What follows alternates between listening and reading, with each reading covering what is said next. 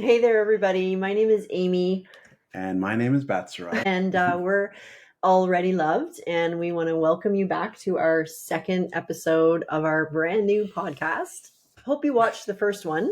It was our story about our unplanned pregnancy. So if you haven't watched that, you need to go back and watch that. Okay, so I was scrolling on Instagram the other day, Christian parents, Christian moms, and I came across a couple of posts that were kind of driving me crazy.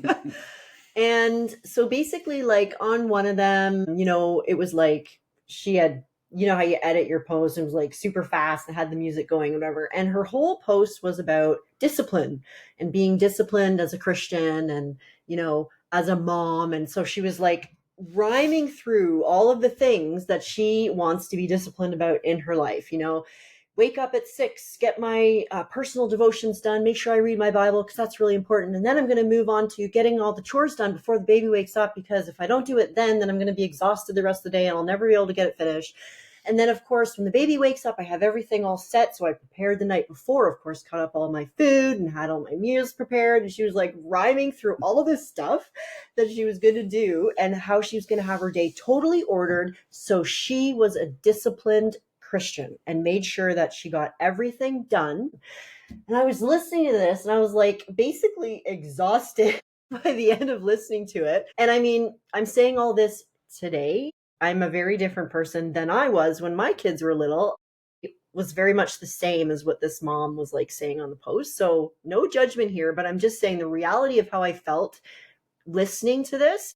And then I wanted to look into the comments just to see, like, how are women responding to this? What are they saying? And I swear probably 90% of the comments were, oh my gosh, I'm so glad you said this. I've been wanting to be disciplined and I've been trying so hard, and this is really encouraging me to be more disciplined and to, get up super early and go to bed late and finish everything at night so that I can get up early. And like every comment was like that. And I just we were talking like at the end of the day or whatever, and I was just telling him about it. And it irked me because of what I was saying earlier, like the stress of all of that, first of all. And it also triggered me because it reminded me of what I was like years ago when the kids were little. And it reminded me of how anxious and how stressed I felt so often, about raising kids, about doing the Christian things that I should be doing, like reading my Bible and praying enough. Some woman read her Bible 10 hours at church and whatever. So I'm like, oh my gosh, like that, I need to do that because she's a great Christian. And it just brought back a reminder of like the stress of that and how I wanted so much to keep up and to do these things that I felt and I learned and I saw around me were really important things, to like be a good mom, to be a good Christian, to be a good wife. This is what it looked like. Why do we do that? Why do we have these expectations of ourselves? Why do we think that we have to accomplish so much? And why is that like the measure of what it means to be good as a mom and as a parent? I have a friend and we just started to get to know each other like closely over the last number of months. I usually go over to her house because she, her kids are like a little older now, teenagers, so they're at school. And so she's at home and not like working full time. So she has the ability to just have me over whenever, and I work from home. And so I like to go there because it's quiet and we talk girl stuff and all that. And she wanted to come over to my house one day for coffee because like I'm always going over there, and I honestly didn't want to have her over because and this is just recently, I was like, man, my house does not look like your house. Like her house is so perfect. And like I know her, she's not even actually stressed out about it. I think she just really, really loves that, and she has the time, and so that's fine. But I was feeling stressed because I'm not like that as much as her, and obviously like right now I have a broken arm that I'm recovering from, so I'm definitely not keeping things maybe the way I would like to. And so that was just like another smaller example of why are we constantly looking to these super mom, super parent, super ways of being, and like this model that women often have of what is good. I see it through a number of lenses, but like status is maybe a big one. That in our Christian community, North America, and at least, there's this sort of Proverbs 31. If I'm like that, then I'm a good wife, I'm a good mom, I'm a good woman, I'm a good Christian. Yeah. And the status is like, oh look, I myself is put together, my home is put together, my husband's put together, my kids are put together, my kids behave, I'm a good mom. Look, my kids can quote scripture, they can do all these things. Mm-hmm. And it becomes this very like, I don't know, like something to aspire to. Mm-hmm. Like we look at the mom who does that, who has the perfect house and everything's just put together, and we're like, that's good, right? And then the mom who's like, it's like a hoarder house kind of thing. We're like, but not even a hoarder house, like even just a little disheveled, like stuff on around, No, but I'm just saying, like we rank it, in a sense, like this is good. You are Martha Stewart, with a Bible, and then all the way down to like, what are you doing, right? And then so everybody's trying to appear this way.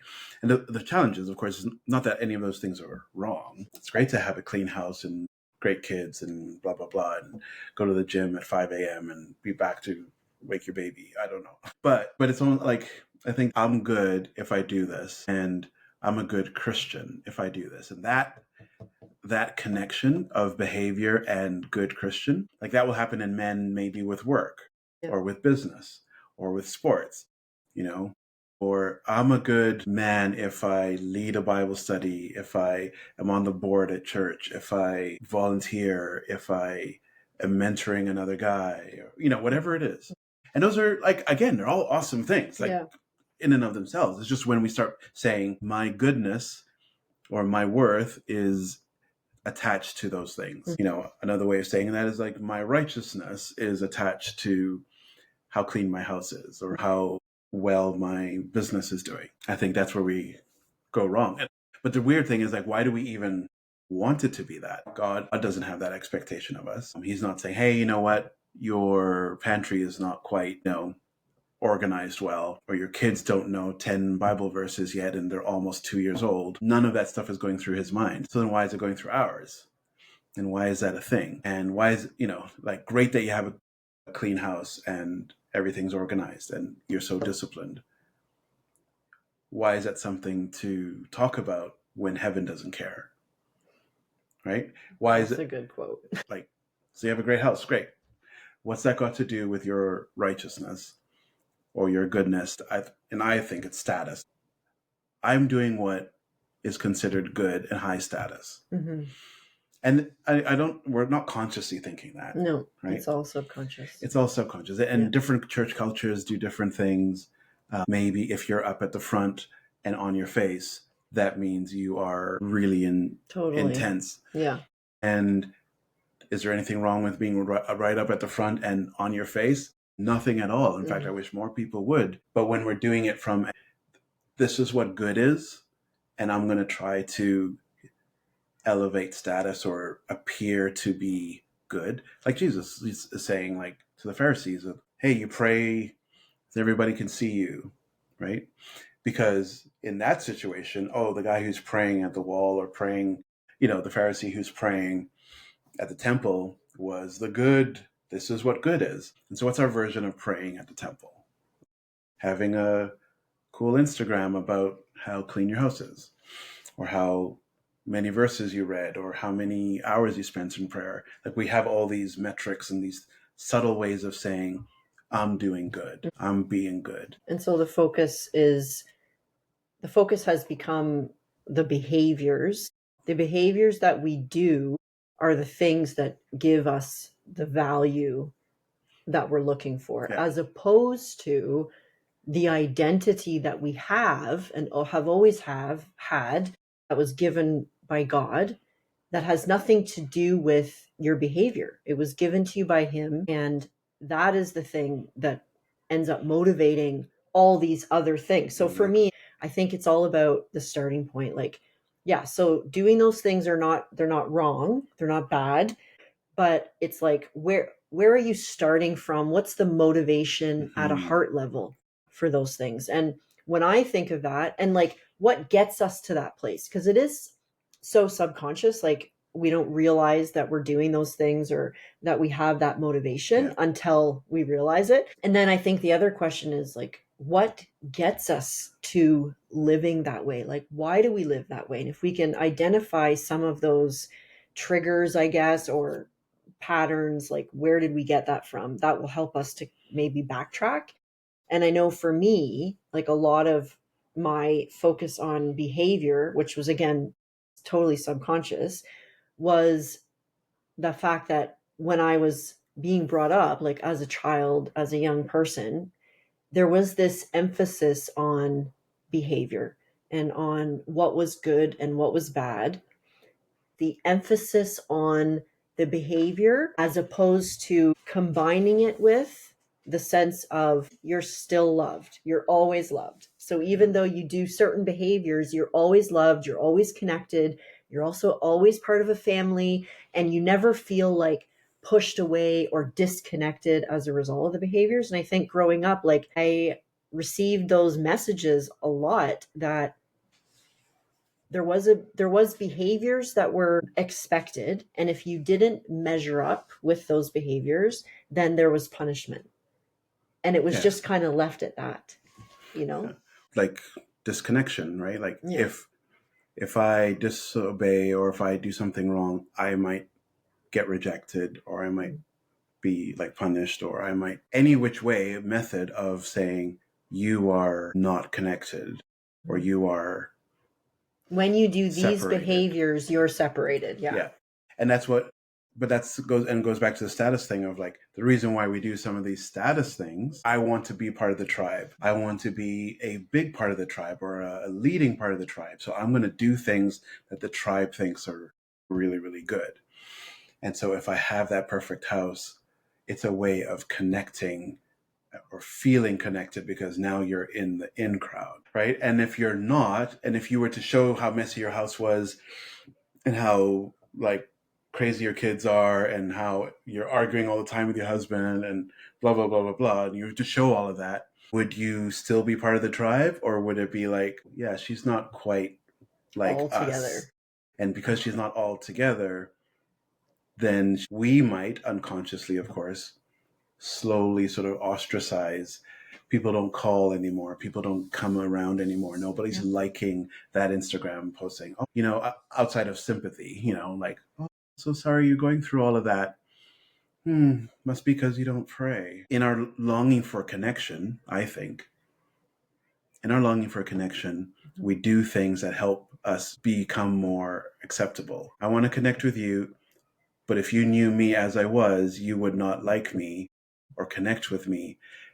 You would reject me. So I'm going to do things and dress myself up to look like something that I'm not, so that I can get accepted by you. It's like, Jacob and Esau, right? Jason Upton used to, like in one of his songs, says, we dress ourselves up like our brother so we can receive a blessing from our father, right? So in that story, Jacob and Esau, Jacob's trying to get a blessing. So wants to bless his sons, Jacob and Esau. And Jacob goes and wants to get blessed. And his mom says, hey, you should put on like some bear skin or whatever, some animal skin that makes your forearms hairy, because Esau's very hairy, and Esau's the firstborn. So he's supposed to get the blessing first. Mm-hmm. So he puts the hair on his arms, and then he goes before his father and he's like, hey, Dad, but his dad's blind. He touches the forearm and he feels the hair of the animal skin. He's like, okay, I guess it's you, Esau. And he blesses Jacob, who is stealing that blessing from Esau. But we do those kinds of things where we dress ourselves up to get a blessing, to feel connected, to feel accepted, to be impressive. But all those things are an attempt to, you could even say, to get a blessing, but the blessing is connection. The blessing is I'm accepted and I'm not alone. And so, I think we do these things. We dress up on Instagram for that. And again, is it wrong? No, but it's like the underlying reasoning why we're doing things. And that's why it's like, it is so subconscious and it's hard to see until you see it. it's like the law, right? It's like, oh, you gave me these 10 commandments, and if I do them, then I'm good. And it's also, I think, it's sometimes easier to look to something external to do or to model after, to make us feel good on the inside, productivity, makes us feel accomplished, all of these things. It's sometimes easier to do those things than it is to actually have an intimate relationship with God who is on the inside. And I think that intimacy and that vulnerability with another person. So, I mean, we can talk about God, but we can also just talk about like me and you, our relationship with our kids. It's so much easier to say, go to your room because you didn't clean, the bathroom like I told you to. And the kid says, well, why? Like, and starts arguing. It's so much easier just to put your foot down and say, go to your room, obey this rule that I have made, rather than sitting down with the kid and working through the emotions and the dialogue in a connected relationship with that kid. It's just easier sometimes to do the other thing. And I know for me, like that's been one of the biggest things when we talk about, the commandments. Or for me, it was, I became a very rules-based person. So it was all about do this or else. And that seemed to be easier than the other thing of actually connecting with in this example, my kids and their heart, to help them understand why, for me to be able to listen to their emotions. And in saying all this, I'm not saying that kids don't need training, they don't need discipline and all that. Yeah. Again, it just comes back to that heart to heart connection that we were talking about, I think. Yeah. That's like the difference between, like said, compliance. Do you want a compliant kid, or do you want a connected kid? Yeah. Right. And if you think, and most of the time what we do and how we behave and parent and talk about things, in fact, our whole society is compliance, right? Like, go for compliance, like do this, listen, like don't disobey, boom, boom, boom, boom, boom. Do what I tell you to do right now. Like, don't talk back. Like, yeah, it's like the army, right? It's like very like compliant. And do you need that? Well, the army certainly does, because they need to move people around. They have to, there's things they need to do, and it needs to move as one being. So compliance works fantastic for that. But in a family situation or an organism, it's the connectedness that makes things work. So do you want connected kids, or do you want a compliant kid? Now, interesting, if you have a connected kid, you might actually get the compliance as a result. But it's not even compliance. It's just more of like, out of a spirit of honor, out of like just wanting to protect the connection. I'm going to clean the bathroom because I am connected to mom, who's asked me to do it. And, there's this honor back and forth and this understanding. Again, that sounds very sort of pie in the sky and very like idealistic.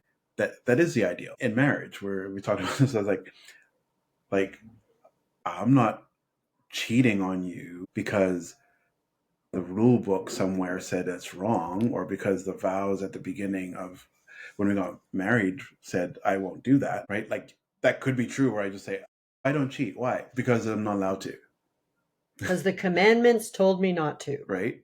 Or it could be like, I don't cheat because I'm connected to Amy, and I wouldn't want to hurt her heart, and I wouldn't want to, it doesn't even cross my mind because I'm so satisfied with Amy that I don't have to go and cheat.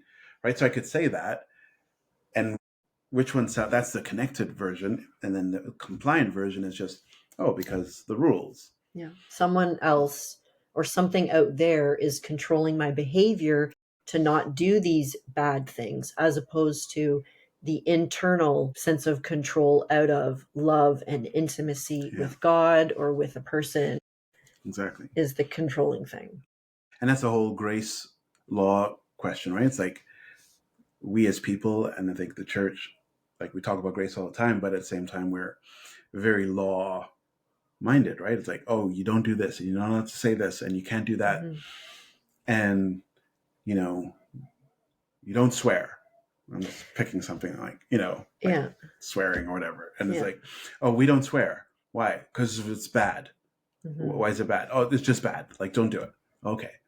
Or, oh, I don't swear. Why? It's because my thoughts and my heart posture allow me to express myself in this way, in without swearing. The result is the same. Like, oh, if two guys don't swear or whatever. I'm just picking swearing. It could be anything.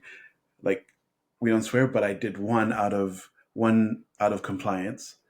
I shouldn't swear because, we used to have the little jokes in youth group or whatever when you did something bad or you lied or something, and you're like, I'm gonna back away from you because lightning might strike. Right? It's so sad. Which is like, one, us thinking God is like that. Yeah. That he would send lightning to kill you because you lied. Yeah. Two, that's thinking like God's like Zeus. That's where we get that imagery from. But also, like, oh, my behavior is going to be corrected with punishment. Right? And therefore, if I don't swear, if I don't lie, then now I'm good. I have no threat of lightning and all that. Now, but what if there is no lightning? It's like, oh, I get to do whatever I want. And that's like the grace, do we sin? Should we sin because grace abounds? And it's like, well, no. But it's so freeing. Grace is so limitless and so good that you actually have to warn people, hey, be careful, right? Because there is no law against these things. Like Paul says, like, oh, everything's permissible, but not everything's beneficial. It's like, oh, okay, so I can do whatever I want then, right? And it's like, yes. The question is, what do you want? And if we're focused on that intimate love relationship with God and that connected heart to heart ongoing relationship, then that love is what actually will control us, so to speak. There's another word that I heard someone saying instead of control, but maybe it'll come to me. Government? Yeah, like it'll govern you. So, and I guess my question too is, why, like in my life, in your life, and in all of our lives, I think many of us as Christians, why are we so focused on what we cannot do, what we shouldn't do, as opposed to living from that freedom that comes with knowing God and the freedom that he gives us to live in love? Like, there's so much goodness and amazing life to live in that love, but we're so focused on what we shouldn't do and those rules and all those external things. It's just easier. But why is it easier? Because in my experience, it's actually really affected my life in such a negative way. Like, since learning by revelation in a way that we're already loved, that there's nothing that we can do or say or achieve to make God love us more or less. Like, since I started really getting into that, I feel like the stress level in my life, like the anxiety, all of that has really decreased a lot since I haven't even been focused on what are those behaviors that I should or shouldn't do. Right. Like, I'm focused on, okay, my identity as loved by God, and just focusing on that has like brought so much freedom. So yes, it's easier in a way, but I think it's easier because that's what we've been taught. Those are the habits that we've been living in for so long as Christians. Well, just think like with Israel, like when God's like, everybody gather around Mount Sinai and I'm going to talk to you. And Israel literally says, no, Moses, you go talk for us. And then Moses goes up the mountain, brings back the 10 Commandments. Like, what if they had said yes? What if there wasn't mediators like Moses and all the rest? What if it was like God's like, these are my people and I have this direct connection to them? And it happened with Saul, right? And it's like, oh, we want a king like all the other nations around us have kings. And God's like, I'm your king. I'm the king of kings. And they're like, no, we want a real king, right? It's this thing of like, we don't really believe who you are. Yeah. And we don't trust you in a relationship. And I'd rather have the certainty of a law. Like, so they'd rather have King Saul than have God as their king. Yeah. And that's I think it's just such a human thing. Like, we rather have laws. We'd rather tell me what to do so that I know that I've met the mark. And we're always just trying to, again, because we want to be accepted. We want to be give me something tangible. Give me something I can hold, something I can understand. Relationship and connectedness, that's too uncertain, right? And so that's why people love it. Oh, look, at a prophet's come to town, or they get a word of knowledge, or somebody's, I have a word for you. And it's like, oh, something external, but also, oh, it also speaks to the connection, the hunger for connection. It's like, God thought of me, and he spoke to me. He wants to say something to me. And it's like, that's available for us all the time. Yeah. We don't really believe that we have this constant communion relationship with God on the inside. Like, we don't, because if we actually believed that, the intimacy and the connection is really what this whole thing was about. Like, if we actually believed that, then we would go there. Like, that would be the place that we would go. But we're, like you said, like, we're always looking for these external things to measure success by, to measure my value by. If I do these things, I know I'm valuable. And I think that's like one of the biggest revelations that, we've been having the last little while, is that communion with God on the inside, like constantly, and growing in that sense of, this is my identity. Like, this is who I am. I am connected to God all the time. He loves me all the time. That love never stops. It's not conditional on anything I do or anything I say. Like, actually believing that changes everything. Our union with God is unchangeable, right? Who can separate me from the love of Jesus Christ? Our communion with God is the stuff that goes up and down. Right? So, I really had an amazing time with prayer today. And it's like, I'm just on this high and like, oh man, I'm so close to Jesus. This is awesome. And then maybe a week later, it's like, oh, I haven't read my Bible in 2 days. So now you feel bad, like somehow like you're less than, or God. And it's like, well, no. Your union is got nothing to do with what you've done or your behaviors. Your communion with God. Union is like, if there's a verse for it, it's like John 17:23. Is that the right scripture? I have no idea. Yes, you do. About? Where Jesus says that I am in them and they are in us. Yeah. It's John in there somewhere. 17, 16, 15, whatever. Somewhere. But anyway, that's the union that you're talking about, right? Like, God is in us and we are in God. And we're united together. Yeah. Our communion is the friendship. We're connected, and we spoke this morning, and that will have its ups and downs, that will have its, here and there's, but the problem is we judge our union by how we feel about our communion, right? So when I'm feeling close to God, that means I'm connected, and when I'm loved and accepted, and oh man, look, I did this bad thing, I'm really a bad person, or I lied or whatever, and now I'm not accepted anymore. And then because I don't believe I'm in union anymore, that I have to do good things now to kind of get back into his good books. Oh, I got to pray more. I got to do this. I got to maybe volunteer more. All these external things. Yeah, to get back to this like level.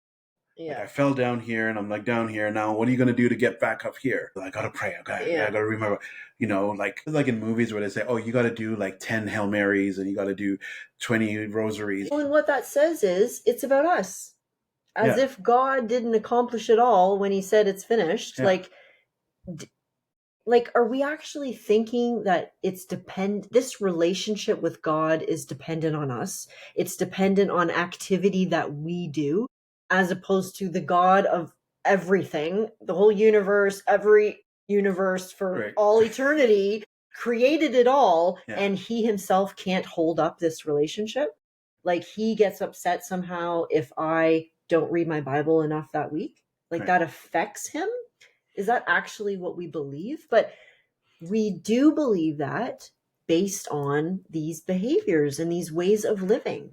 And it's crazy. Like, and I'm only saying that today, like what I've been learning and growing in God. I'm like, it's no judgment again, right? This is where we've all been. When he says, like, we are the righteousness of God now in Christ, like, we are as righteous as Jesus. And even saying that feels so like, really? That's true. That's like, we are that, right? And it's on his end, right? It's like, we are loved, when we say we are loved, not because we're lovable, but because, although we are, but because he is love. Yeah. And he can't help but love. And we are the object of his love. And so we are loved, already loved, because he is love, not because I cleaned my house, not because I have everything together. If anything, I would say like the trick, if you want to know, it's like, are you doing things for God, or are you doing things with God? Mm-hmm. And if you're doing things with God, that's that connected piece. That's that flow of like relationship. If you're doing things for God, yeah, it's not bad, but it's not relational, right? Mm-hmm. You can do a lot of things for people without them. But if you're doing it with them, you're with them, right? Like I lead worship a lot, and it's scary. I can literally go up and lead worship and not think about God the whole time, because your muscle memory. So like, the songs, the things, what to say, what to think. But it doesn't mean my heart is like on fire for God at that moment, just going through the motions. And it's like, that's scary that, well, this thing that should be utterly dependent on God because it's the only reason why we're doing it. Right. And it's like wanting to be that person. It's like, I am doing this with you, and not just for you, not serving you from a distance, but doing this with you. For me, that was a huge thing when I started to think that way, that everything I'm doing in life, like God is playing with me, and God actually enjoys doing those things together. He's not saying, oh, like as a taskmaster, go and do this, go and get that done. Like when you think of good parents and a child, it's like we do things together. We play with our child. We get down on the ground and we play and we enjoy that time together. When I started thinking that way about God, it just totally transformed like all my daily activities. It's just such a different frame of mind than what I used to have. Obey the rules, do the rules, otherwise you'll be punished, and then you're bad. And it was all from that behavior first mentality. Whereas now it's like I belong to God. Like I'm in his family. I'm his daughter. He loves me and he loves hanging out with me, and everything comes from that place now. Having my mind renewed and my awareness awakened to, this is true every day of my life. It never changes. Always loves me, always loves hanging out with me. And when I do things that maybe aren't the best or the most healthy, I can get up and brush myself off and keep going because he loves me and he understands. In a way, you can tell, like, it's like when those things happen, do you run to God? Yeah. Or do you run away from God? Oh my gosh, I used to run away. Right? And it's like we run away because we're ashamed, we run away because we're hiding, because now I did a bad thing and you don't love me anymore, or you don't like me anymore, maybe. But if we really get this and we realize how free we are, but also how complete his forgiveness is, but also how deep his love is, and it's like, oh, Dad, I messed up, and you run to him, and you run towards him in his embrace because his arms are open. So those are really big things. There's this Brother Lawrence, a book by this guy named Brother Lawrence called Practicing the Presence of God. And I'm sure you've either heard of it but you should read it anyways. It's nice and short. But he talks about being a monk and how peeling potatoes in the kitchen, he would feel and experience the presence of God just as intently, if not more so, peeling potatoes in the kitchen than he did in the chapel. Right? Yeah. And it wasn't against the chapel. It was more of just, God is with me everywhere. And while I'm peeling, doing the most mundane thing, everywhere, God is with me. Yeah. And I think that's, if we can learn that, like God is with me all through the day. So if I have a clean house and I'm doing an Instagram reel about how clean it is, that in the cleaning, I was doing it with him. So there's nothing wrong with having a clean house. But it's when you're saying, I have a clean house, look how disciplined and how good I am, and you should try to be like me, and how disciplined I am, and can you like my post, follow me, because I'm the personification of Proverbs 31. And this is the expectation of how we all should live. So yeah, and we don't say that, but just by posting it, we're not posting what shouldn't be. We're posting what we think everyone should be. Yeah. So, but again, you can do those things from a place of relationship and do them with God. Yeah. And if we start looking at life through the lens of relationship and through connectedness versus through the lens of compliance and punishment and status and all that stuff, it'll be a lot freer. Yeah. And I think, like, if just a couple of things we need to end with, if people are wondering, okay, well, do I think like that? Like, how do I realize whatever? I think one question maybe to ask yourself is what I'm doing right now promoting connection or disconnection? So, like, how I'm thinking about this situation, how I'm behaving and interacting with the people in my life, how I'm thinking about God. Is it promoting disconnected feeling, separation, anxiety, stress? Or is it promoting a thought of connection, love, intimacy, closeness, vulnerability, as opposed to shame? So just some of those words and ways of thinking can show us and reveal like what's really going on deep inside. And then I think it's really simple. I have just been saying to God, help me to be more aware of your presence. Help me to be more aware of you with me in everything I do. And that's been just helping me to grow in this and every day to see that, bloom in me more. So just a couple little suggestions that you might want to try if any of this was resonating with you. Yeah. All right. Well, that's it for this week. Remember, you are already loved. You're already loved, and so are you. So am I. You're cheesy. See you later.